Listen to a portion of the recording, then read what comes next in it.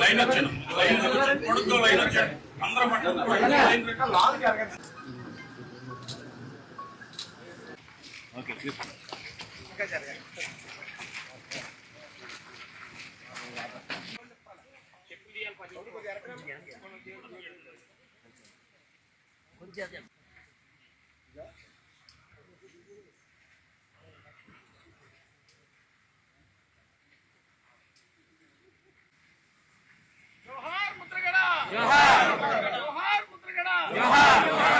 అందరికీ నమస్కారం.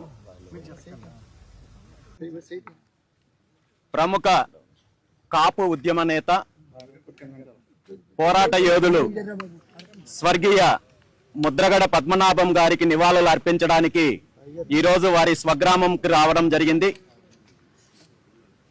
వారి ఆత్మకు సద్గతులు కలగాలని, వారి కుటుంబ సభ్యులకు ఆ భగవంతుడు మనోధైర్యాన్నిచ్చి వారి ఆశయాలను కొనసాగించే శక్తిని ప్రసాదించాలని మనస్ఫూర్తిగా భగవంతుని కోరుకుంటూ, ఆయన స్వర్గస్థులైన రోజు కార్యక్రమానికి నేను దీక్షలో ఉండడం వల్ల రాలేకపోయాను కాబట్టి ఈరోజు ఇక్కడికి వచ్చి నివాళులు అర్పించే కార్యక్రమం జరిగింది.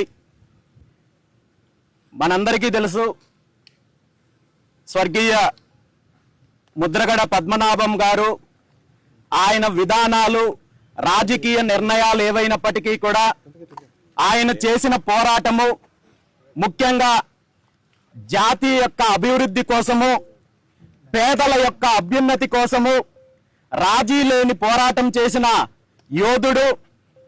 పదవులతో కానీ రాజకీయాలతో కానీ సంబంధం లేకుండా తన ఎన్నుకున్న సిద్ధాంతం కోసము, తనని నమ్ముకున్న పేద ప్రజల కోసము ఎందాకైనా ముందుకు వెళ్ళగలిగే మనస్తత్వం ఉన్న ముద్రగడ పద్మనాభం గారు ఈరోజు మన మధ్యన లేకపోవడము చాలా బాధాకరమైన అంశము. ఆయన ఆశయాలను, ఆయన పోరాట స్ఫూర్తిని ప్రతి ఒక్కరూ కూడా తీసుకొని ముందుకు వెళ్లాల్సిన ఆవశ్యకత ఉందని చెప్పి ప్రత్యేకంగా తెలియజేస్తూ, నాకు పెద్ద ఆయనతో ప్రత్యేక అనుబంధం ఉంది. సుమారు 4 సంవత్సరాల క్రితము ఇక్కడే ఇదే ప్రాంతంలో వారి స్వగృహానికి విచ్చేసి సుమారు 2 గంటల పాటు ఆయనతో గడిపే అవకాశం వచ్చింది. ఆయన స్వయంగా అల్పాహారం వడ్డించి ఎంతో ప్రేమ ఆప్యాయతను చూపించారు.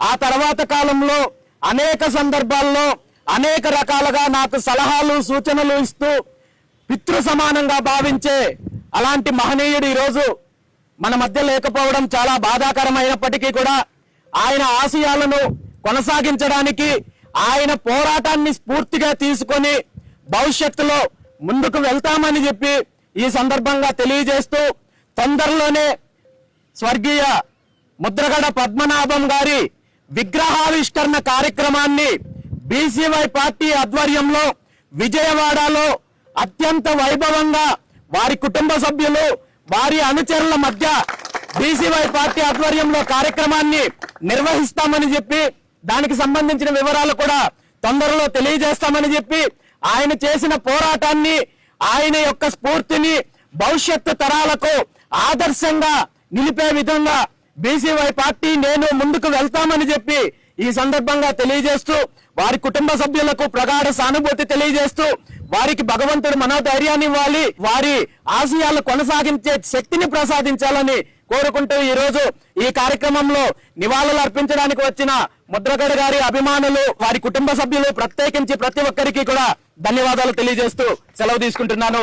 జోహార్ ముద్రగడ పద్మనాభం గారు. రాజకీయాలకు అతీతంగా, పార్టీలకు అతీతంగా ఆయన్ని అభిమానించే వాళ్ళ ఆధ్వర్యంలో, ఆయన ఆశయాలు నచ్చే వారి ఆధ్వర్యంలో ఈ కార్యక్రమం చేయాలనేది నా ఆలోచన. దానికి మీతో మాట్లాడతానన్నా. అమ్మగారిని జాగ్రత్తగా తీసుకోండి.